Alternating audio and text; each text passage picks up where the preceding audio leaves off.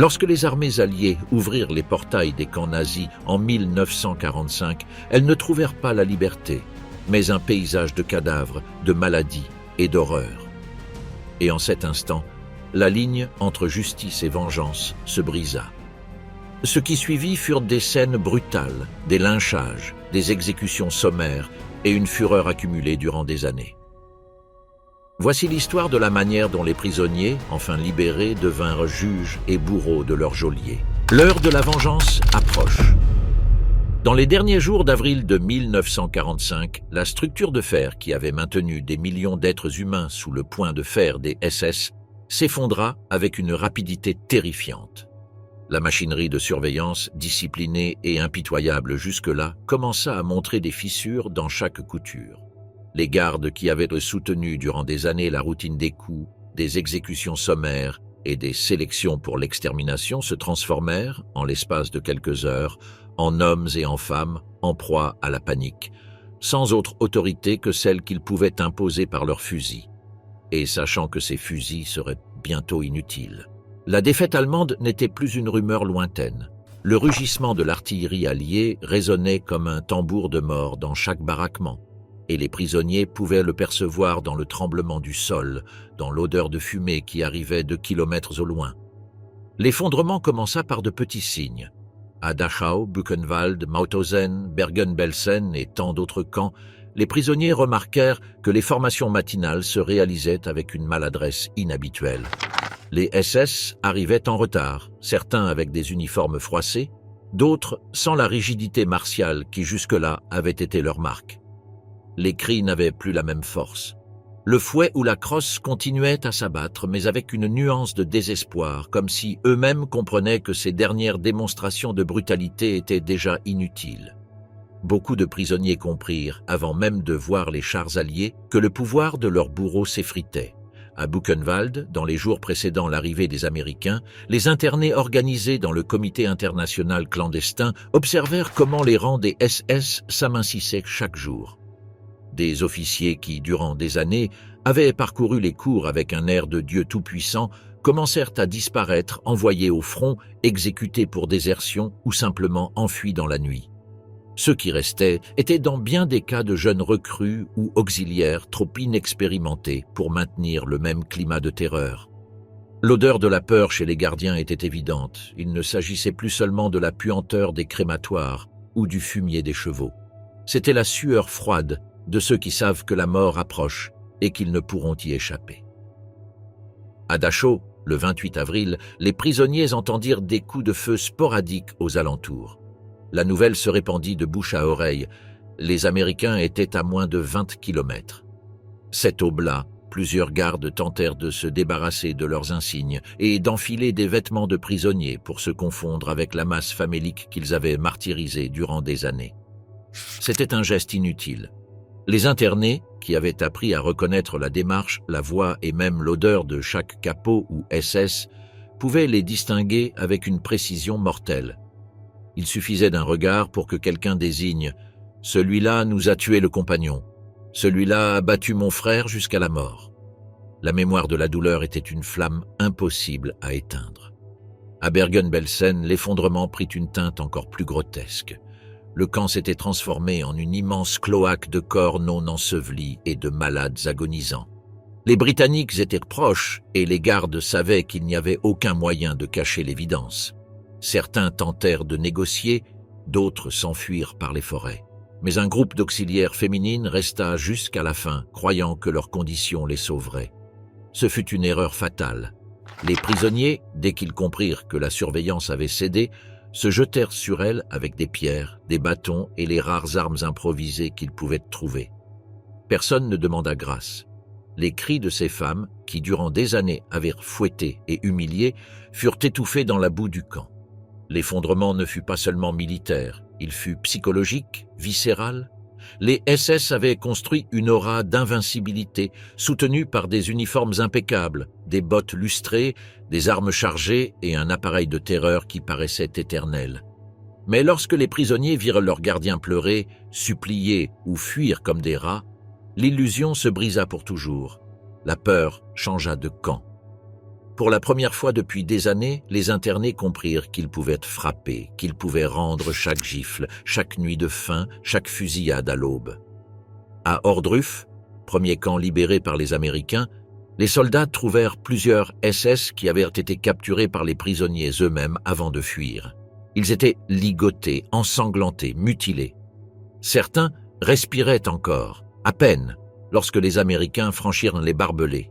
C'était la trace visible d'une justice immédiate, sans procès, sans témoin ni acte notarié. Un prisonnier qui avait vu son fils mourir d'inanition n'avait nul besoin de tribunal pour prononcer sentence.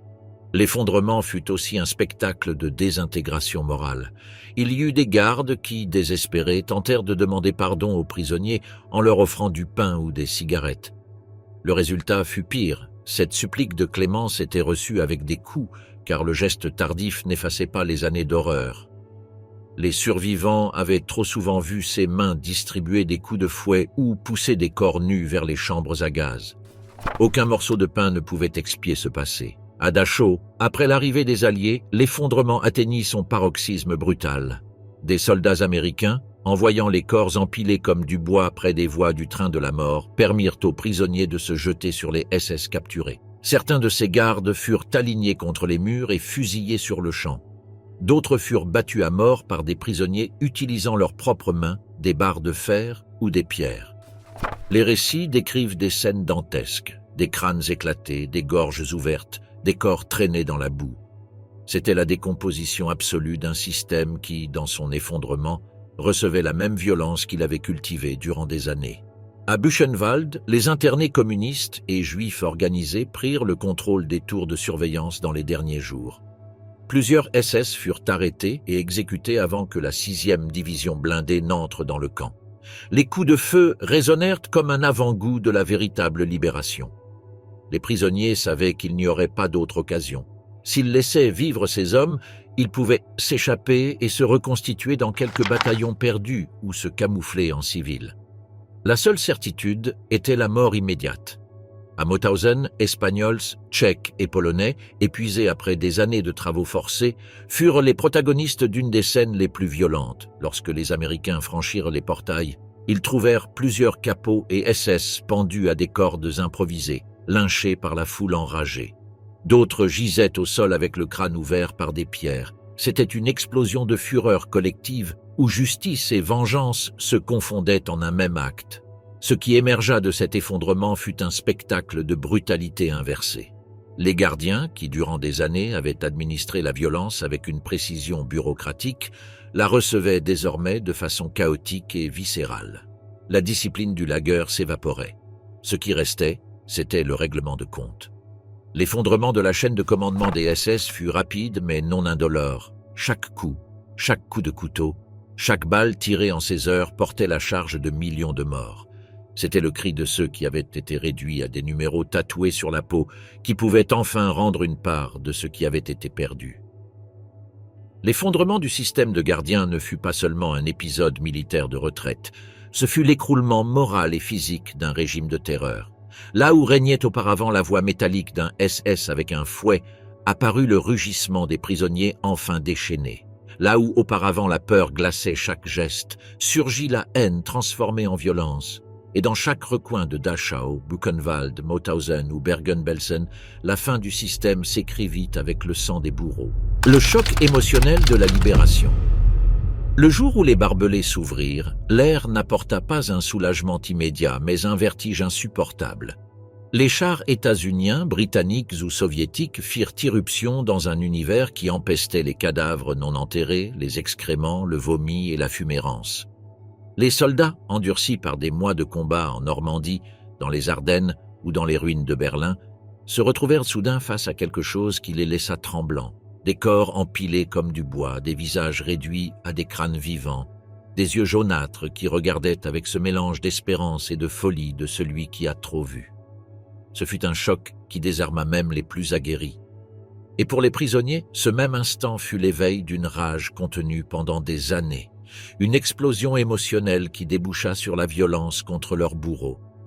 Les témoignages de Dachau sont les plus féroces. Lorsque la 45e division d'infanterie entra dans le camp le 29 avril 1945, elle trouva 39 wagons stationnés sur la voie morte près de l'entrée. Chaque wagon était rempli de corps décomposés, de squelettes avec la peau collée aux os, beaucoup encore avec les yeux ouverts. Certains soldats vomirent immédiatement, d'autres tirèrent, fous, sur tout uniforme des SS qui bougeait. Sur le côté, les prisonniers libérés commencèrent à désigner leurs bourreaux. « Celui-là nous frappait jusqu'à nous laisser inconscients », criait-il. Les soldats, sans prononcer un mot, mettaient à part l'homme désigné, le poussaient contre un mur et l'exécutaient. Les prisonniers observaient et applaudissaient. La ligne entre justice et vengeance se désintégrait en quelques secondes. L'impact psychologique fut encore plus intense chez les survivants eux-mêmes.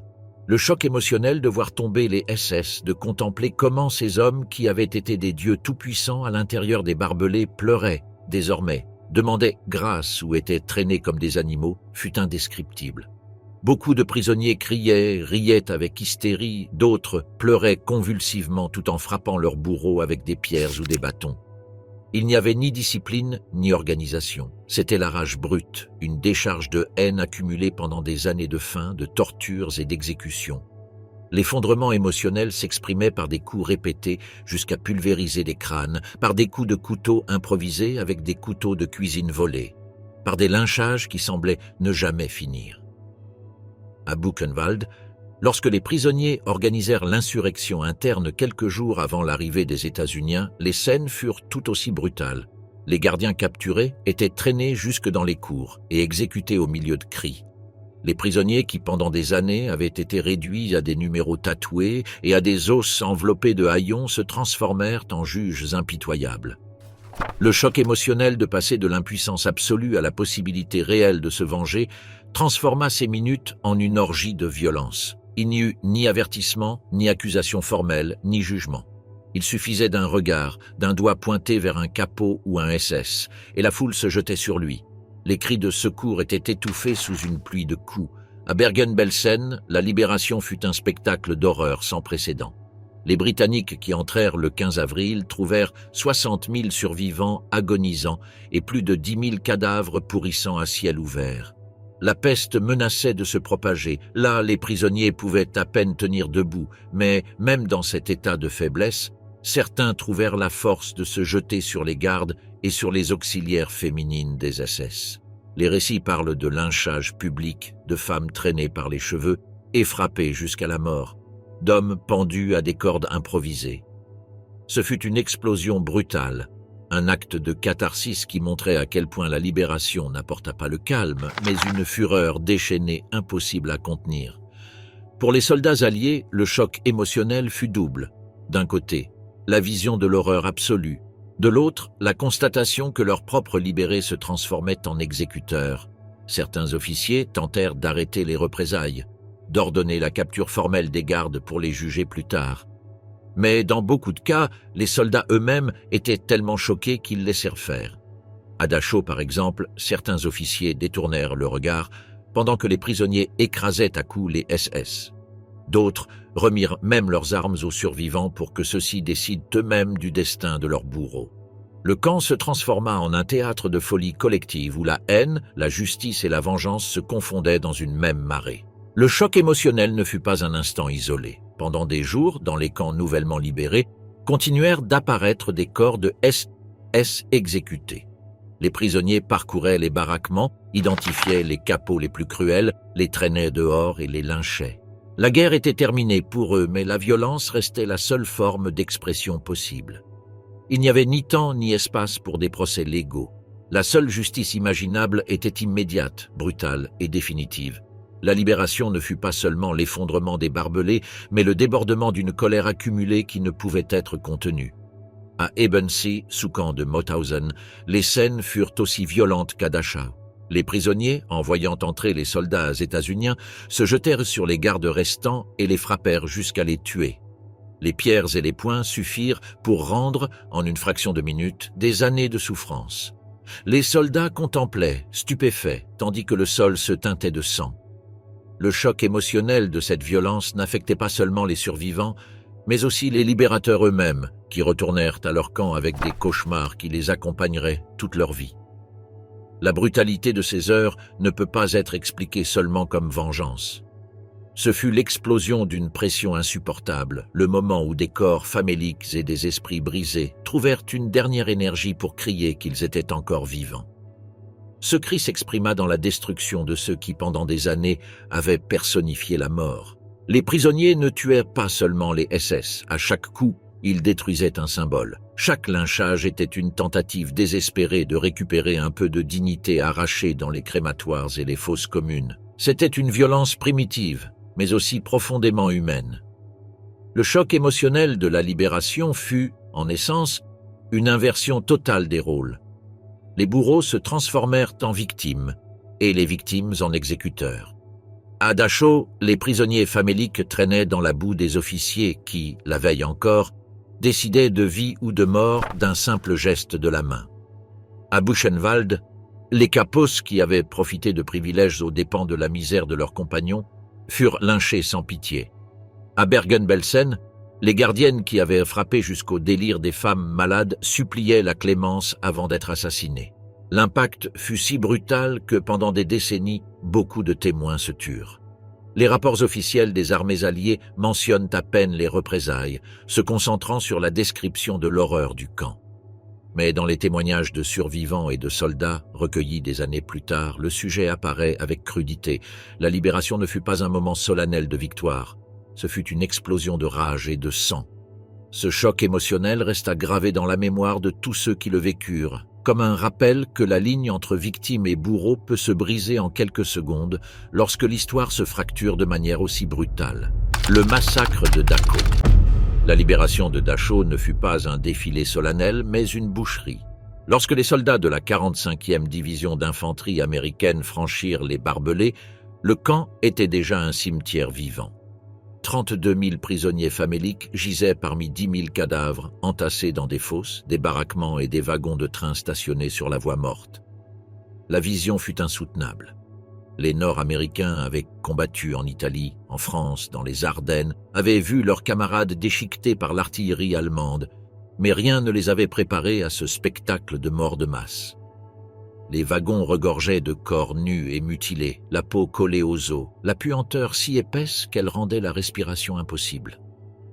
Cette vision brisa la discipline en quelques minutes. Les gardes SS, qui demeuraient encore dans le camp, tentèrent de se rendre en formation. Certains arrivèrent les mains levées, jetant leurs armes. D'autres essayèrent de se cacher parmi les prisonniers, arrachant leurs insignes, se couvrant avec des couvertures volées dans les baraquements. Ce fut inutile. Les prisonniers, qui connaissaient chaque visage de leur bourreau, les désignaient aussitôt. « Celui-là m'a frappé jusqu'à m'évanouir », criait l'un. « Celui-là a tué mon frère dans la cour. » Il suffisait d'un doigt accusateur pour que le destin soit scellé. Les soldats nord-américains, débordés par la fureur et le dégoût, mettaient les désignés à part et les poussaient vers un coin du camp. Là, ils les fusillaient en rang. Le premier groupe fut exécuté contre un mur de pierre près de l'entrée. Les coups de feu retentirent sur le silence atroce des prisonniers qui observaient. Personne ne pleura les morts. L'écho des balles fut accueilli par des cris de joie, des rires nerveux, voire des applaudissements. C'était la première fois que les survivants voyaient tomber les SS sans peur, sans représailles, sans que la mort frappe les innocents. Le terrorisme s'inversait en quelques secondes. À mesure qu'ils avançaient dans le camp, les Nord-Américains découvraient d'autres gardes cachés dans des caves, des bureaux, voire dans les greniers des baraquements. Chaque capture se terminait de la même manière. Une poussée, un coup de crosse, une balle dans la tête. Certains soldats racontèrent ensuite avoir tué des hommes désarmés, des SS qui ne résistèrent plus simplement parce qu'ils ne pouvaient tolérer l'idée qu'ils restassent vivants. « C'était une justice instantanée », écrivit l'un dans une lettre. « Nous ne pouvions pas permettre qu'ils s'en aillent intacts après ce que nous avions vu. » Les prisonniers, entre-temps, déchaînèrent leur propre justice. Armés de pierres, de bâtons et de barres de fer, ils se jetèrent sur les capots et gardes capturés. Ils les traînaient dans la boue, les frappaient jusqu'à rendre leurs corps méconnaissables. Certains furent pendus à des cordes improvisées sur les poteaux des tours de garde. D'autres furent jetés contre les barbelés électrifiés, qui n'étaient plus connectés mais servaient de symboles et achevés à coups de pied. Les cris des mourants se mêlaient aux hurlements de fureur délibérés. C'était un spectacle chaotique et sauvage, impossible à contrôler. La scène la plus brutale se déroula sur la place d'Armes, où des dizaines de SS capturés furent alignés au sol. Les soldats américains ordonnèrent à un peloton d'ouvrir le feu. Les corps s'effondrèrent en tas, formant une montagne d'uniformes noircis et de mares de sang qui s'étendirent jusqu'aux bottes des tireurs. L'odeur métallique du sang frais se mêlait à la puanteur des cadavres en décomposition. Certains soldats continuèrent à tirer alors même que les corps ne bougèrent plus, vidant des chargeurs entiers sur des masses inertes, comme si chaque balle pouvait effacer une fraction de l'horreur qu'ils avaient vue dans les wagons. Les prisonniers, enragés, participèrent au massacre avec une frénésie qui dépassait toute limite. Certains se jetèrent sur des gardes, tombés encore vivants, leur arrachant les vêtements, piétinant leurs têtes jusqu'à les briser. D'autres les poignardaient avec des couteaux improvisés, à répétition, en criant des noms de proches assassinés. Il y eut ceux qui mordirent, qui crachèrent sur les corps agonisants, qui urinèrent dessus avant qu'ils n'expirent leur dernier souffle. La violence était si personnelle que chaque coup semblait dirigé non seulement contre l'homme en question, mais contre tout le système qui avait dévoré des millions d'êtres. Le massacre ne distingua pas les âges. De jeunes recrues SS, arrivés à peine quelques semaines plus tôt, furent lynchés avec la même rage que des officiers vétérans responsables de milliers de morts. Pour les prisonniers, il n'y avait pas de nuance. Chaque uniforme représentait la mort, chaque insigne était une sentence. La haine était indiscriminée, totale, et les soldats alliés n'intervinrent pas pour l'arrêter. Beaucoup avaient perdu la notion de discipline, emportés par la même rage. D'autres se contentèrent d'observer, comprenant que ce qui se passait était inévitable, presque nécessaire. Les récits postérieurs parlent d'un camp transformé en abattoir. Corps de SS jetés dans les fossés, cadavres au visage écrasés à coups, officiers pendus aux arbres, femmes auxiliaires humiliées et battues à mort. Les rues internes étaient semées de flaques de sang frais qui se mêlaient aux excréments et à la saleté accumulée. Le silence qui avait dominé Dachau durant des années fut remplacé par un vacarme de coups de feu, de cris, de hurlements de douleur et de rires hystériques. Certains survivants se rappelèrent ces heures comme une libération absolue, non seulement de la captivité, mais aussi de la peur. « Pour la première fois, je n'ai pas eu peur de mourir », dit un ancien prisonnier polonais. « J'ai vu tomber ceux qui m'avaient fait trembler chaque jour, et j'ai su qu'ils ne pouvaient plus jamais nous toucher. » D'autres s'en souvinrent avec honte, incapables d'assimiler la violence déchaînée, mais conscients qu'ils ne pouvaient l'arrêter. Pour les Américains, Dachau laissa une marque indélébile. Des soldats endurcis par des années de combat confessèrent que ce qui leur donna le plus de cauchemars ne fut pas le front, mais le camp. Non seulement les cadavres empilés, mais le souvenir d'avoir tiré sur des hommes désarmés, d'avoir permis à une foule famélique de détruire ses bourreaux. C'était un traumatisme qui les accompagnerait durant des décennies. Le 29 avril 1945, Dachau se transforma en miroir inversé de la terreur qu'il avait soutenue durant des années. L'exécution massive des gardes SS ne fut pas un acte ordonné, ni planifié, ni consigné dans des documents officiels comme partie d'une opération militaire. Ce fut une explosion brutale, une déchirure émotionnelle collective qui balaya toute frontière entre justice et vengeance. Là, dans ce camp imbibé de sang et de puanteur, l'histoire se tordit à jamais. Agissements brutaux à Buchenwald. Dans les derniers jours de mars et les premiers jours d'avril de 1945, le camp de concentration de Buchenwald était un bouillonnement de tensions. Le front états-unien avançait rapidement depuis l'ouest et la Luftwaffe ne dominait déjà plus les cieux.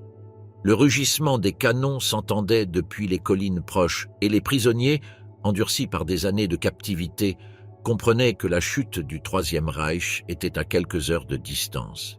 À l'intérieur du camp, cependant, la machine de terreur des SS continuait de fonctionner, bien que de moins en moins vigoureusement, comme un animal blessé qui essaie encore de mordre avant de mourir.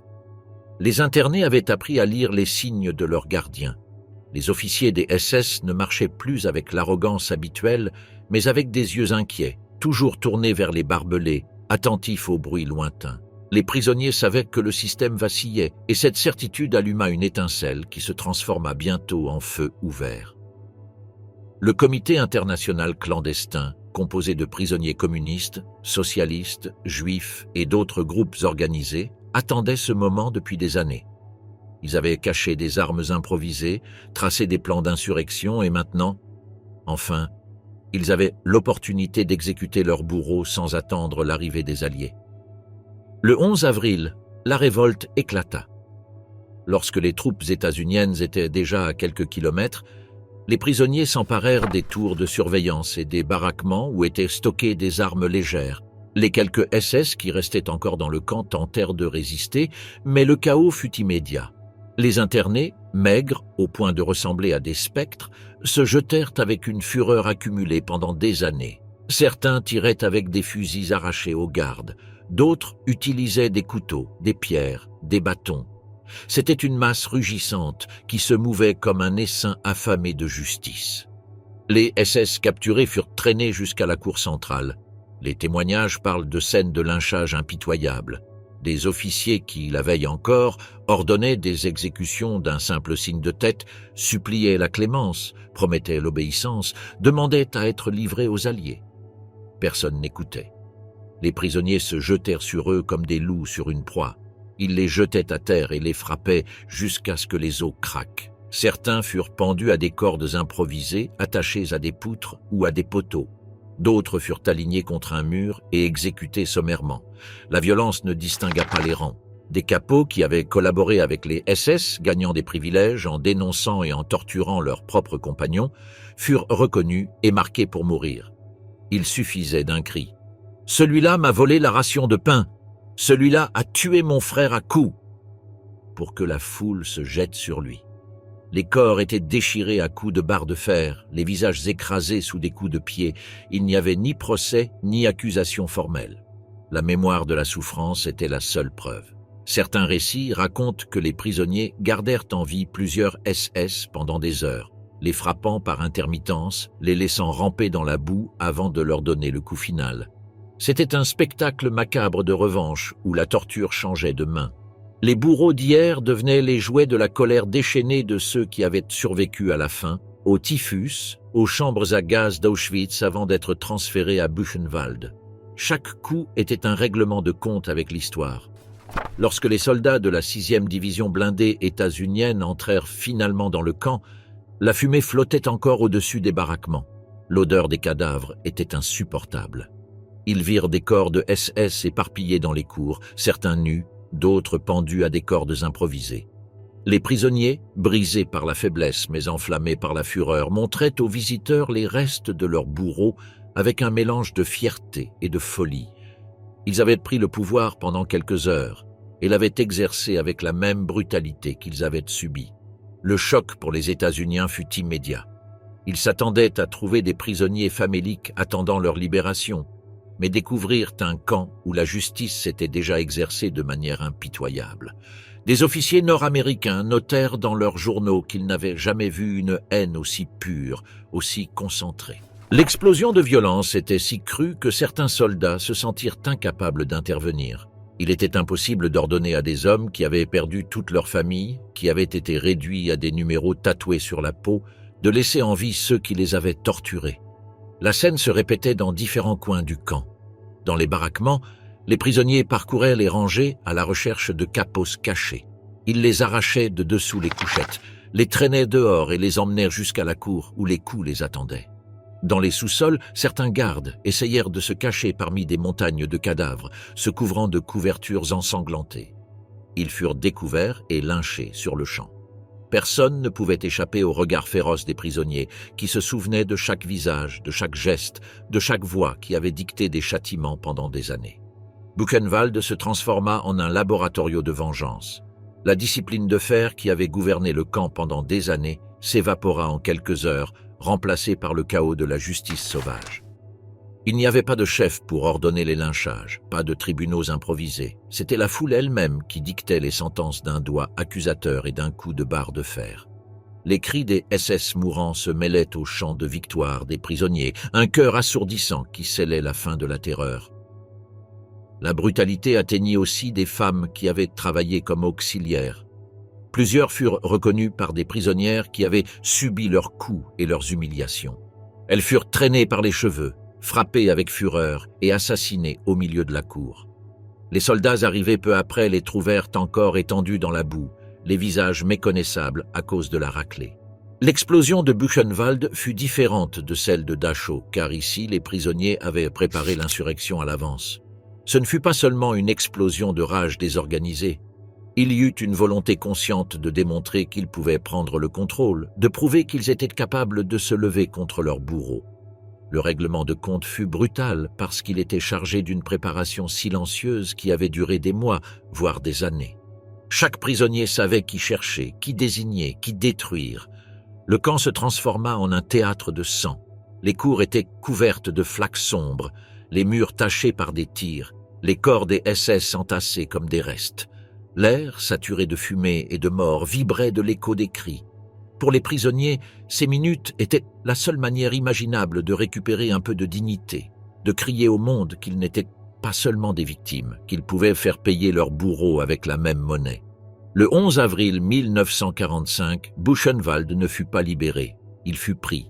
Et dans cette prise, les bourreaux furent exécutés avec la même brutalité qu'ils avaient semée pendant des années. Mauthausen et Ebensee. Lorsque les Américains franchirent les portails de Mauthausen le 5 mai 1945, ils trouvèrent un enfer qui ne semblait pas avoir changé depuis le début de la guerre. Le camp, enclavé dans les collines d'Autriche, sentait la chair pourrie, la chaux vive, les corps détruits par la faim. Les carrières étaient semées d'ossements, les baraquements étaient des tombes vivantes. Des dizaines de milliers de prisonniers pouvaient à peine se tenir debout, réduits à des squelettes enveloppés de haillons. L'accueil fut délirant, bras levés, cris de joie, corps chancelants tombant à genoux devant les chars Sherman. Mais la libération ne fut pas seulement une explosion de joie, ce fut aussi l'heure de la vengeance. À Mauthausen, les prisonniers avaient attendu ce moment avec une tension insoutenable. Depuis des années, ils voyaient leurs compagnons assassinés dans les carrières, jetés par l'escalier de la mort, fusillés dans la cour. Ils connaissaient par cœur le visage de chaque capot, de chaque SS qui avait joui de la souffrance des autres. Et lorsque les chaînes de la discipline nazie se rompirent, il n'y eut pas de pitié. Les gardes qui n'avaient pas fui furent capturés et traînés par la foule. Les témoignages parlent de lynchages brutaux en pleine place centrale. Des hommes qui, la veille encore, marchaient fièrement, bottes brillantes et armes aux côtés, furent abattus à coups de poing, piétinés au sol, frappés de pierres jusqu'à ce que leurs crânes s'ouvrent comme des fruits mûrs. Certains prisonniers se concentrèrent sur les capots. Ces détenus privilégiés, qui avaient gagné leur pouvoir par des dénonciations et la cruauté, étaient haïs avec une intensité particulière. Les prisonniers libérés les traquaient comme des animaux dans les baraquements. Ils les tiraient dehors et les exécutaient aussitôt. Beaucoup furent pendus à des cordes improvisées, d'autres écrasés sous les coups de barres de fer. Le sol se maculait de sang frais tandis que les cris résonnaient entre les murs du camp. Il n'y avait pas de retenue possible. Chaque coup était la décharge de longues années d'humiliation, de faim, de mort. Dans les heures qui suivirent l'entrée des Américains, le camp entier se transforma en une cage déchaînée. Les soldats, submergés par ce qu'ils voyaient, des bûchers de cadavres, des malades agonisant dans leurs propres excréments, des enfants transformés en squelettes ambulants, pouvaient à peine intervenir. Beaucoup simplement ne le voulurent pas. Ils comprenaient que ce n'était pas leur rôle d'arrêter la fureur de ceux qui avaient survécu à l'enfer. Le résultat fut une orgie de violence. Les prisonniers couraient d'un côté à l'autre, désignant des bourreaux, les traînant au sol, les frappant jusqu'à ce qu'ils cessent de bouger. La justice était immédiate, sans mots, sans questions, sans pause. Ebensee, camp annexe de Mauthausen, fut encore plus brutal. Lorsque les Nord-Américains y entrèrent le 6 mai, ils trouvèrent un camp bondé de plus de 18 000 prisonniers dans des conditions indescriptibles. Les galeries souterraines où les nazis avaient tenté de construire des usines d'armement étaient pleines de cadavres. Les gardes qui restèrent là savaient qu'il n'y avait pas d'échappatoire. Certains essayèrent de se rendre aux Américains, mais les prisonniers s'interposèrent. La foule famélique, qui pouvait à peine se tenir debout, trouva une ultime réserve de force pour se jeter sur eux. Les témoignages décrivent des corps de SS frappés à coups de pierre, traînés dans les rues du camp, pendus à des poteaux électriques. Les cris de douleur étaient accueillis par des rires frénétiques. À Ebensee, la violence fut indiscriminée. Il ne s'agissait pas seulement de régler des comptes avec des officiers connus, mais d'anéantir quiconque portait un uniforme ou une insigne. De jeunes recrues, des auxiliaires de cuisine, voire des administratifs, furent assassinés aux côtés de vétérans SS. La foule ne faisait pas de distinction. Chaque prisonnier voyait dans ces uniformes l'incarnation de toute la souffrance endurée. La haine se déchaîna comme une marée irrésistible. Les coups étaient si répétés que certains corps devinrent méconnaissables, réduits à des masses sanglantes dans la boue. Les récits des témoins parlent de scènes atroces, des gardes pourchassés jusque dans les baraquements, poussés dehors, frappés avec des madriers jusqu'à leur briser la colonne vertébrale. D'autres furent jetés du haut des murs et achevés à coups de pierre. Les prisonniers ne criaient pas des mots de justice, ils criaient les noms d'enfants, d'épouses, de parents assassinés. Chaque coup était personnel, intime. La violence était la traduction physique d'une douleur qui ne pouvait s'exprimer autrement. Le chaos ne s'acheva pas avec l'arrivée des Américains. Durant les jours suivants, les prisonniers continuèrent d'exécuter Capos et collaborateurs. Les soldats trouvaient des corps de SS dans les champs, dans les fossés, dans les carrières. Certains avaient été pendus avec des pancartes portant l'inscription « assassin » ou « voleur ». D'autres avaient été mutilés avant de mourir. Le camp entier respirait un air de revanche implacable, une inversion totale de l'ordre qui avait régné jusque-là. Les survivants espagnols de Mauthausen laissèrent des témoignages particulièrement vifs. Beaucoup racontèrent comment ils reconnurent des capots qui avaient torturé leurs compagnons dans la carrière, les obligeant à porter des pierres impossibles jusqu'à s'effondrer. Ces hommes furent les premiers à mourir. La haine accumulée durant des années d'esclavage trouva sa cible en eux. Un ancien prisonnier se souvenait « Peu importait ce que nous faisions, aucun châtiment n'était suffisant. Nous pouvions frapper jusqu'à ce que nos mains saignent, et ce n'était toujours pas assez pour tout ce qu'ils avaient fait. » À Ebensee, la scène devint presque rituelle. Les prisonniers capturaient un garde, l'encerclaient, le frappaient en cercle, chacun assénant un coup comme s'il s'agissait d'une offrande. Le corps tombait lentement jusqu'à n'être plus qu'une masse inerte. Alors, ils le traînaient dans la boue, le laissant exposé pour que tous puissent le voir. C'était une manière d'affirmer que l'ordre avait changé, que la terreur n'appartenait plus aux SS, mais à ceux qui avaient été leurs victimes. La fureur ne se limita pas aux hommes. De nombreuses prisonnières qui avaient survécu à Ravensbrück et avaient été transférées à Mauthausen participèrent au lynchage. Elles traînaient par les cheveux les gardiennes qui avaient frappé, humilié et assassiné des femmes sans défense. Elles les traînaient au sol, les piétinaient jusqu'à les rendre méconnaissables. La vengeance était totale, sans genre, sans limite. La brutalité de Mauthausen et d'Ebensee montra à quel point la libération des camps ne signifia pas la paix immédiate, mais une explosion de violence. Les barbelés s'ouvrirent, mais ce qui en sortit ne fut pas une foule pacifique, mais un torrent de haine accumulée qui devait s'exprimer dans le sang. Les prisonniers, durant des années réduits à des ombres, se transformèrent en juges, bourreaux et exécuteurs. Chaque mort d'un SS était un acte de rédemption momentanée, une manière désespérée de dire au monde qu'il pouvait encore décider, ne fût-ce que pour quelques heures, de la vie et de la mort. Les folies de Bergen-Belsen. Le 15 avril 1945, les Britanniques entrèrent à Bergen-Belsen. Ce qu'ils trouvèrent fut un abîme au-delà de tout champ de bataille. Plus de 60 000 prisonniers étaient encore en vie, mais c'étaient des squelettes ambulants, couverts de plaies, infestés de typhus, de dysenterie et de faim. Le camp s'était transformé en dépotoir de corps humains. Environ 13 000 cadavres gisaient sans sépulture dans les rues, dans les baraquements, entassés dans des fosses ouvertes où les vers se déplaçaient entre des côtes décharnées. L'odeur était insupportable. Un nuage pestilentiel qui couvrait des kilomètres à la ronde.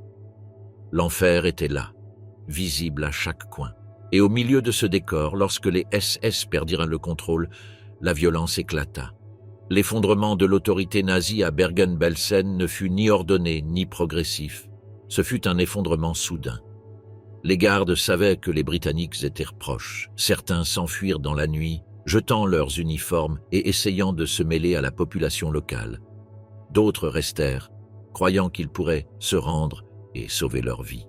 Les gardiennes du camp, les Officerinnen, défilaient encore avec des fouets et des chiens jusqu'au dernier moment, convaincus que leur condition féminine les protégerait.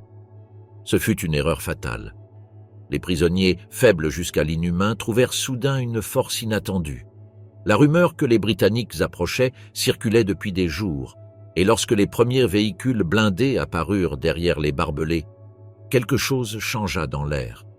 Ceux qui pouvaient à peine ramper se levèrent, ceux qui avaient perdu tout espoir trouvèrent une énergie brutale.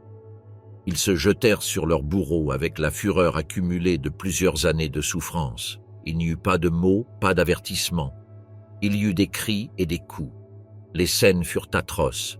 Plusieurs gardes SS furent renversés dans les cours, dépouillés de leurs armes et lynchés sur place. Les prisonniers les entouraient en masse, lançant des pierres, des bâtons, tout objet pouvant servir d'arme. La faiblesse physique se transforma en rage déchaînée, des os fragiles frappant jusqu'à briser d'autres os, des mains osseuses s'accrochant à des gorges et les serrant jusqu'à l'asphyxie.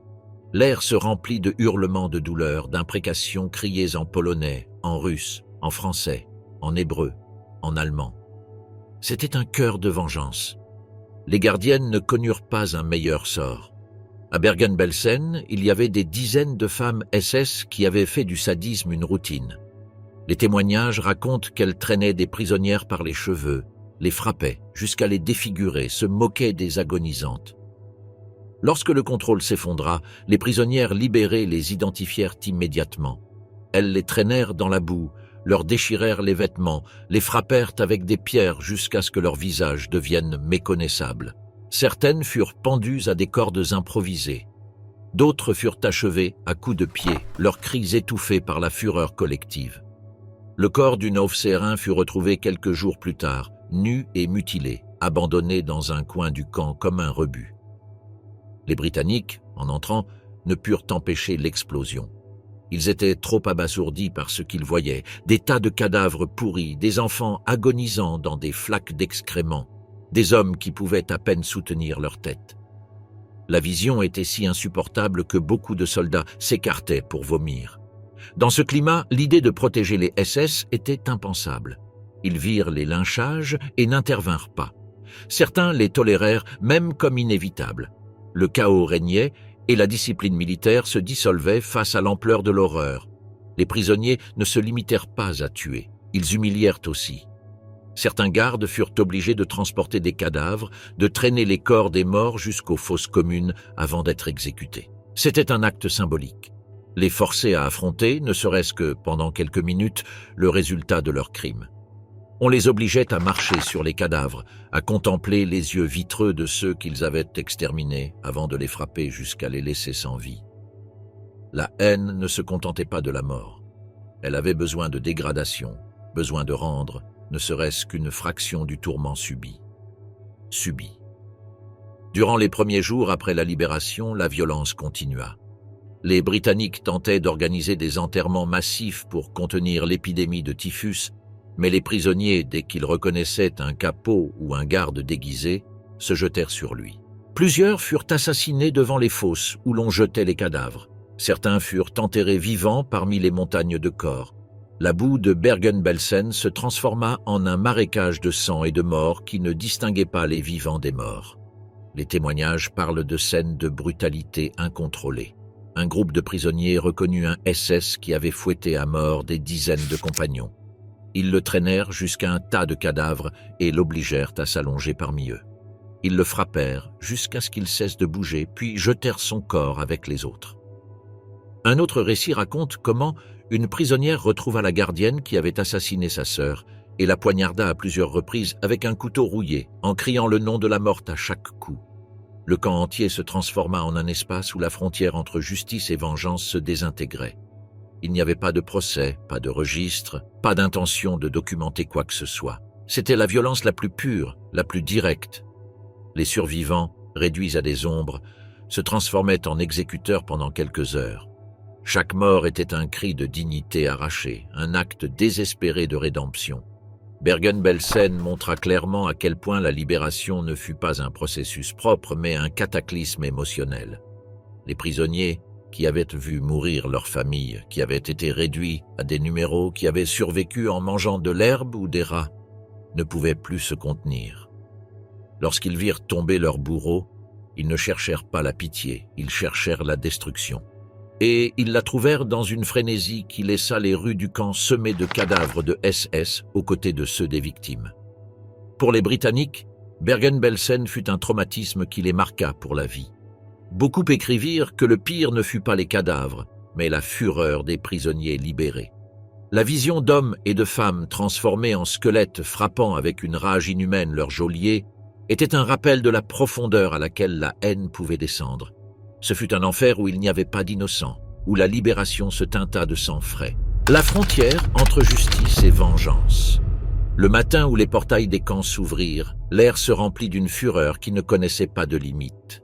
L'image des cadavres empilés, des baraquements transformés en tombes vivantes, des enfants réduits à des squelettes qui respiraient encore, déchaîna une rage accumulée depuis des années. En cet instant, la justice cessa d'être un mot abstrait pour se transformer en un acte immédiat, viscéral, exécuté à main nue ou avec la crosse d'un fusil. Mais la question inévitable surgissait de chaque coup, de chaque tir contre un garde. Était-ce la justice ou était-ce la vengeance ? Pour les prisonniers, la distinction n'existait pas. Pendant des années, ils avaient vu comment un geste d'un SS décidait de la vie ou de la mort. Une inclinaison de tête envoyait un homme à la carrière, une autre à la chambre à gaz, une autre au baraquement des malades d'où personne ne sortait vivant. Les bourreaux ne demandaient pas de preuves ni n'offraient de procès. Ils dictaient des sentences avec la même facilité que l'on choisit un plat de nourriture. Au moment de la libération, les prisonniers appliquèrent la même logique inversée. Il n'y avait pas de preuves, pas de défense. Il suffisait de la mémoire d'un visage, du souvenir d'un coup, du nom d'un compagnon mort pour que quelqu'un soit condamné à mourir sur le champ. À Dachau, les wagons remplis de cadavres furent la sentence la plus accablante. Les soldats américains les trouvèrent ouverts, avec des corps gonflés par la décomposition, des yeux vides qui semblaient fixés en accusant. Lorsque les prisonniers désignaient un SS et criaient « Celui-là nous a fait cela !» il n'y avait pas de doute. Les soldats mettaient l'accusé à part et l'exécutaient contre un mur. Était-ce la justice? Était-ce la vengeance? Pour les prisonniers, c'était la même chose. La balance s'équilibrait dans le sang. À Buchenwald, la révolte interne marqua clairement cette frontière diffuse. Les prisonniers organisés n'attendirent pas les alliés. Ils exécutèrent leurs bourreaux dans les cours, les pendant à des cordes improvisées. Les capots, qui avaient profité de privilèges aux dépens de la misère de leurs compagnons, furent lynchés sans pitié. Les cris des accusés réclamaient un procès, imploraient la clémence. Il n'y eut rien de tout cela. La justice, comprise en termes légaux, n'apparut jamais. Ce qu'il y eut, ce fut la vengeance pure, le retour immédiat de longues années de douleur. Mais pour ceux qui avaient souffert, cette vengeance était la justice. Ils n'avaient pas besoin d'une autre forme. À Mauthausen et Ebensee, les prisonniers faméliques, incapables de se tenir debout, trouvèrent la force de frapper les SS jusqu'à les détruire. Ils ne cherchaient pas des procès ni des dossiers. Ils cherchaient la satisfaction brutale de voir les bourreaux traîner dans la boue. Chaque pierre lancée, chaque coup de pied porté à un corps tombé était un acte de réparation. Il était impossible de séparer un concept de l'autre. La justice qu'on leur avait refusée durant des années se manifestait comme vengeance. À Bergen-Belsen, les prisonnières qui identifièrent les Officerinnen qui les avaient torturées n'hésitèrent pas. Elles les traînèrent, les frappèrent, les tuèrent en criant. Personne ne parla de justice légale, personne ne pensa aux tribunaux. La frontière s'effaça au milieu de la boue couverte de cadavres. La justice en ce moment-là était de voir les bourreaux morts à coups, de sentir que le pouvoir avait changé de main. La vengeance était la seule forme de justice que pouvaient comprendre celles qui avaient vu mourir tous les leurs. Les soldats alliés se trouvèrent piégés dans cette zone grise. Certains tentèrent d'arrêter les lynchages, d'ordonner que les SS soient faits prisonniers pour être jugés. Mais la plupart n'eurent pas la force d'intervenir. Ils avaient vu les corps empilés, respirer la puanteur de la mort concentrée. Eux-mêmes ressentaient le besoin de tirer, de décharger leurs armes sur ceux qui se rendaient les mains levées. C'était un élan qui effaçait toute distinction. La discipline militaire s'effondrait devant l'horreur. La justice que proclamait leur drapeau se transformait en exécution sommaire, en vengeance immédiate. La frontière était si ténue que même les témoignages postérieurs la confondirent. Certains prisonniers se souvenaient avec fierté d'avoir lynché leur geôlier. D'autres le racontaient avec honte, comme s'ils avaient participé à quelque chose d'inavouable, Pour les uns, c'était une justice nécessaire. Pour les autres, une vengeance déchaînée. La mémoire ne put résoudre la contradiction. Les livres, les procès ultérieurs, les mémoriaux, tous affrontèrent le même dilemme. Comment nommer cette violence? Comment classer les coups d'un homme famélique contre le visage d'un SS? Comme justice ou comme vengeance? Ce qui est certain, c'est qu'au moment même, il n'y avait pas de réflexion. La violence était immédiate, inévitable. Elle ne pouvait pas être contenue. Les prisonniers ne délibérèrent pas, ils agissaient. La frontière n'existait pas parce qu'il n'y avait pas le temps de la tracer. Dans chaque lynchage, dans chaque exécution improvisée, se mêlèrent le désir de punir et la soif de revanche. La justice, avec une majuscule, devint un concept inutile. La vengeance, avec toute sa brutalité, était la seule loi possible. Dans la boue de Dachau, dans les cordes improvisées de Buchenwald, dans les carrières de Mauthausen, dans l'enfer de Bergen-Belsen, la ligne s'effaça à jamais. Là, il n'y avait ni procureur ni avocat. Il y avait des mains osseuses serrant des gorges, des crosses s'abattant sur des crânes, des corps de SS pendus comme des trophées. La justice et la vengeance se fondirent en un seul mot, mort. Et ce mot fut écrit encore et encore en sang frais sur les murs noircis des camps. La réaction des Alliés. Lorsque les Alliés ouvrirent les portails des camps, ils ne libérèrent pas seulement des dizaines de milliers de prisonniers, ils se retrouvèrent aussi pris dans un tourbillon de violence qu'ils ne purent ou ne voulurent arrêter. La vision fut insoutenable. Les wagons de Dachau, avec des centaines de corps empilés comme du bois, les cours de Buchenwald semés de cadavres abandonnés, les tranchées de Mauthausen transformées en fosses ouvertes, le marécage pestilentiel de Bergen-Belsen où les morts et les vivants partageaient la même boue. Les soldats, endurcis par des années de combat, se brisèrent en voyant cela. Et dans cette rupture, la réaction immédiate fut le silence, la fureur, l'indifférence ou la complicité face aux exécutions des SS. À Dachau, l'arrivée de la 45e division d'infanterie se transforma en prélude à un massacre. Les hommes en uniforme kaki avaient combattu à Anzio, sur la ligne gothique, dans les Ardennes. Ils avaient vu mourir des camarades dans des tranchées remplies de neige, avaient respiré la poudre dans chaque ville allemande réduite en ruines. Mais rien ne les avait préparés aux wagons de la mort. Ils les ouvrirent et la puanteur les frappa comme un coup de poing à l'estomac. Des corps gonflés, des torses éclatés par la décomposition, des visages réduits à des crânes. Beaucoup vomirent sur place, d'autres pleurèrent comme des enfants, d'autres chargèrent leurs armes et tirèrent sur le premier SS qu'ils trouvèrent. Il n'y eut pas d'ordre. Il y eut de la rage pure, déchaînés. Les prisonniers désignèrent leurs bourreaux, et les soldats n'hésitèrent pas. Ils mettaient les accusés à part, les alignaient contre un mur, et les exécutaient sur le champ. Certains ne prirent même pas la peine de demander des noms. Il suffisait de l'insigne noir au col ou de l'uniforme vert grisâtre. Pour les Américains, à cet instant, il n'y avait pas de loi de guerre. Il n'y avait qu'un réflexe, tuer les hommes qui avaient fabriqué cet enfer. La cour de Dachau se remplit de corps de SS exécutés, mêlés aux cris de joie des prisonniers libérés.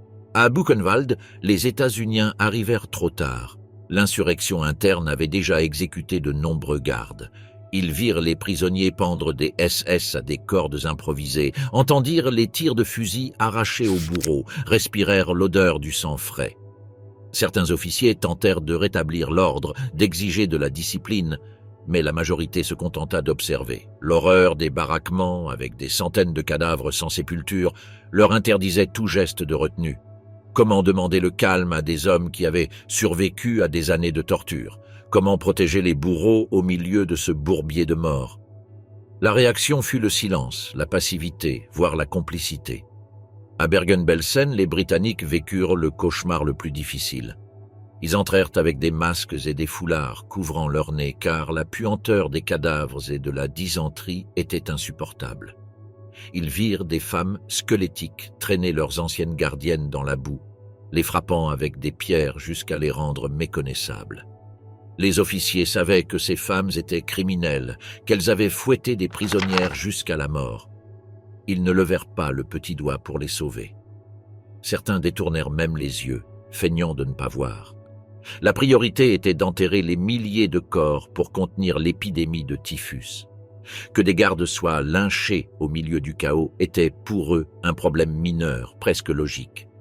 À Ebensee, les Nord-Américains furent témoins de la fureur pure d'hommes réduits à des fantômes. Ils pouvaient à peine marcher, mais se lançaient sur les gardes avec une force animale.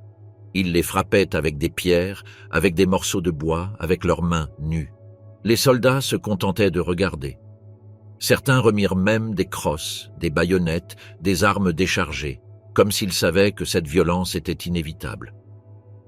Pour les libérateurs, l'empêcher aurait été trahir ce qu'ils ressentaient dans leurs entrailles. Beaucoup avaient perdu des amis au combat et maintenant ils voyaient les corps de milliers de civils assassinés. Laisser les prisonniers se venger était un acte de justice immédiate qui ne pouvait passer par un tribunal. La réaction alliée eut aussi un côté sombre. Il y eut des soldats qui participèrent activement aux exécutions.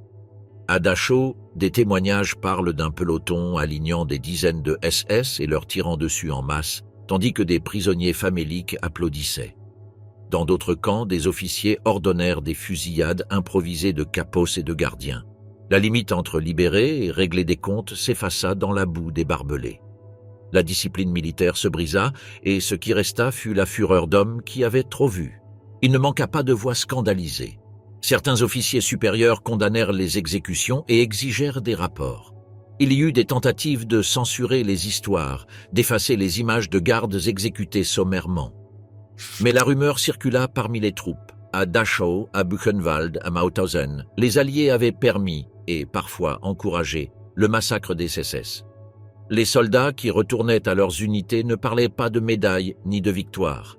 Ils parlaient de corps de gardes au crâne éclaté dans les cours, de femmes SS traînées jusqu'à être méconnaissables, d'hommes qui avaient supplié la pitié et ne l'avaient pas obtenue. La réaction ne fut pas uniforme. Il y eut aussi des officiers qui tentèrent de sauver certains prisonniers d'eux-mêmes, qui formèrent des cordons pour éviter des lynchages, qui arrêtèrent des SS pour les livrer à la justice militaire. Mais ces scènes furent exceptionnelles, presque anecdotiques. Dans la majorité des camps, la réalité fut autre. Les soldats étaient trop choqués, trop écœurés, trop furieux pour contenir la vague de vengeance. Le choc émotionnel que les Alliés éprouvèrent dans les camps ne resta pas là. Beaucoup vécurent avec des cauchemars pour le reste de leur vie. Ils écrivirent des lettres dans lesquelles ils confessaient avoir tiré sur des hommes désarmés, avoir vu des lynchages sans intervenir, avoir ressenti de la satisfaction en voyant mourir les SS. La frontière entre la justice du vainqueur et la vengeance des victimes s'effaça dans la conscience de ceux qui étaient présents. Aucun manuel ne pouvait préparer un homme à Dachau ou à Bergen-Belsen. La réaction des Alliés fut donc humaine dans sa brutalité. Ils ne furent pas juges, ils ne furent pas médiateurs. Ils furent des témoins entraînés dans le même tourbillon qui secoua les prisonniers. Certains tirèrent, d'autres laissèrent faire, d'autres s'écartèrent en silence. Tous comprirent que, en ce lieu, le mot « justice » n'avait aucun sens. Il ne restait que la fureur, et eux ne l'arrêteraient pas. Vengeance organisée après 1945. Pour beaucoup de survivants, le règlement de compte ne s'achevait pas dans la boue des barbelés, il ne faisait que commencer. La guerre avait pu se terminer sur le papier, mais la mémoire des fours et des chambres à gaz ne s'effaçait pas. Les Alliés parlaient de tribunaux, de lois de Nuremberg. Pour ceux qui avaient revu mourir leur famille, cela sonnait comme une moquerie.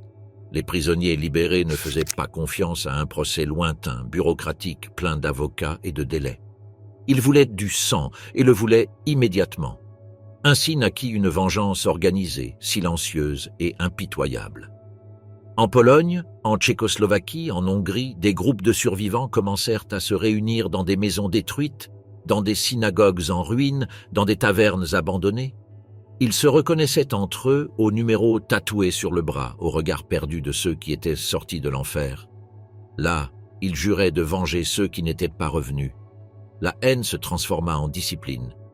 Ce qui avait été rage incontrôlée dans les camps devint des plans, des listes, des noms qui circulaient de bouche à oreille, anciens gardes de camp, collaborateurs locaux, délateurs, policiers auxiliaires. Tous étaient des cibles. Dans les rues de l'Europe de l'Est, on vit apparaître des corps pendus aux arbres avec des pancartes clouées sur la poitrine portant l'inscription « Assassin » ou « Bourreau ». Dans certains villages, Les maisons d'anciens membres de la Gestapo furent incendiées avec eux à l'intérieur. La fumée noire couvrait les toits et les voisins regardaient en silence, n'osant pas intervenir. C'était un règlement de compte toléré, voire célébré en secret. Dans le chaos de l'après-guerre, alors que des armées se retiraient et que de nouvelles autorités n'étaient pas encore en place, le terrain était fertile pour cette vengeance. Dans des villes comme Łódź, Cracovie ou Bratislava, les survivants se déplaçaient en groupe, identifiaient un collaborateur et l'entraînaient jusqu'à une place. Ils le frappaient devant tous, l'humiliaient, l'exécutaient sans procès. Personne ne posait de questions. Personne ne dénonçait rien. La police était débordée, les gouvernements fragiles et le monde entier trop occupé avec les décombres de la guerre pour arrêter quelques hommes qui cherchaient de la justice avec leurs mains. Mais il ne s'agissait pas seulement de fureurs désorganisées. Certains transformèrent ce besoin en un plan systématique. Parmi eux, le groupe connu sous le nom de Nakam, vengeance en hébreu, dirigé par Abba Kovner, un survivant de Vilna. Ses membres étaient jeunes, pour la plupart orphelins de guerre, endurcis par des années de combat dans la résistance. Ils rêvaient d'une vengeance à l'échelle biblique, empoisonner les systèmes d'eau de villes allemandes, tuer 6 millions d'Allemands en réponse exacte aux 6 millions de Juifs assassinés. Ils ne cherchaient pas à punir des coupables individuels, ils voulaient exterminer un peuple entier, rendre génocide pour génocide. Bien que le plan le plus ambitieux ne se soit jamais concrétisé, Nakam mena des actions qui marquèrent la ligne entre justice et vengeance. À Nuremberg, des membres du groupe infiltrèrent des boulangeries qui approvisionnaient des prisonniers de guerre allemands. Ils empoisonnèrent des miches de pain avec de l'arsenic et les distribuèrent massivement. Des centaines d'anciens membres des SS tombèrent malades. Des dizaines moururent lentement, vomissant et convulsant dans les baraquements de prisonniers. Les rapports alliés tentèrent de minimiser l'affaire, de la cacher sous le tapis du silence, mais les rumeurs circulèrent. C'était la preuve que les survivants ne se contentaient pas de voir leurs bourreaux dans un tribunal.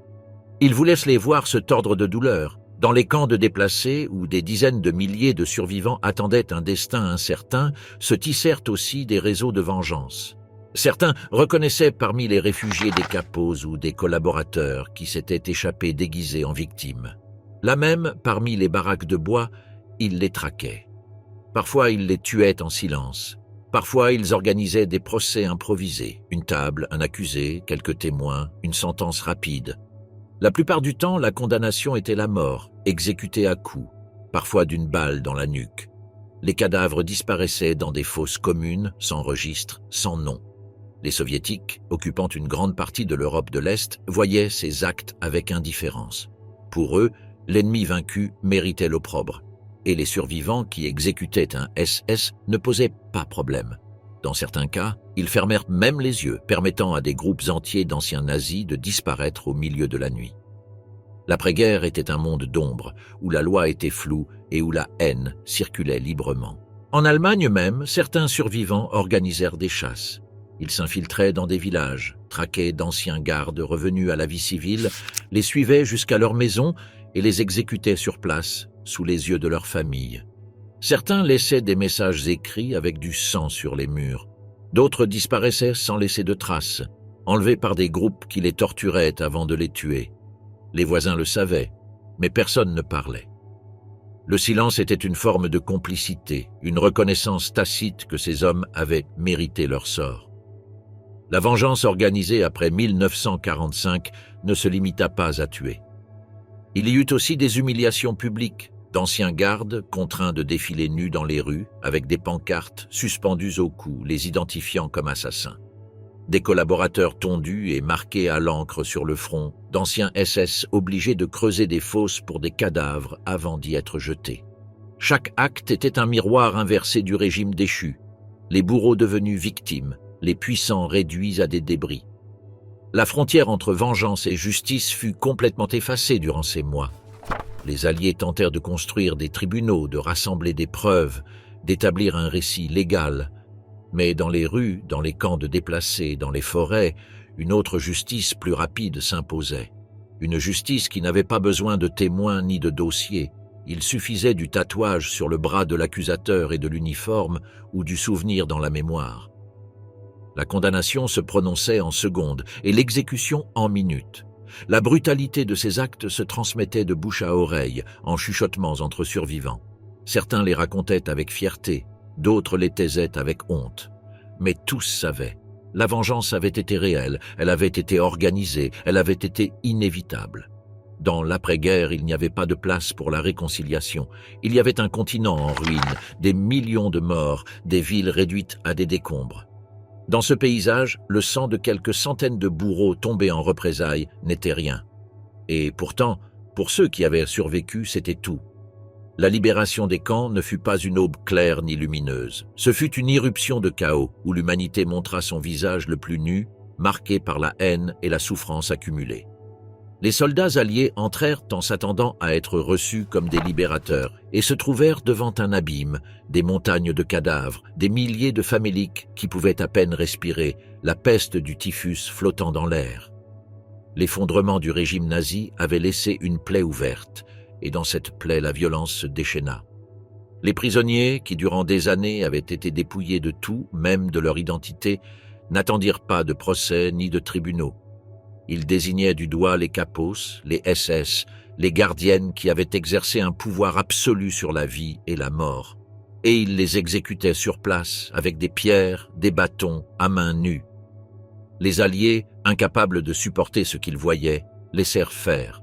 Certains même participèrent. Il était impossible d'exiger le calme au milieu de cet enfer. Les règles de la guerre étaient devenues inutiles face à l'ampleur du crime. Avec le passage des mois, la fureur ne s'éteignit pas. Elle s'organisa en réseaux clandestins, en groupes qui cherchèrent la vengeance au-delà des murs abattus. Des lynchages dans des villages jusqu'aux projets d'extermination massive comme celui rêvé par le groupe Nakam, la violence se prolongea comme un écho implacable de ce qui avait été vécu dans les camps. La mémoire de ces jours resta marquée par un silence gêné. Car dans la libération, il y eut de la joie, oui, mais il y eut aussi du sang. Et dans ce sang s'écrivit l'autre face de la victoire, la certitude qu'après tant de douleurs, la justice ne put se séparer de la vengeance, et que la libération fut aussi une orgie de mort.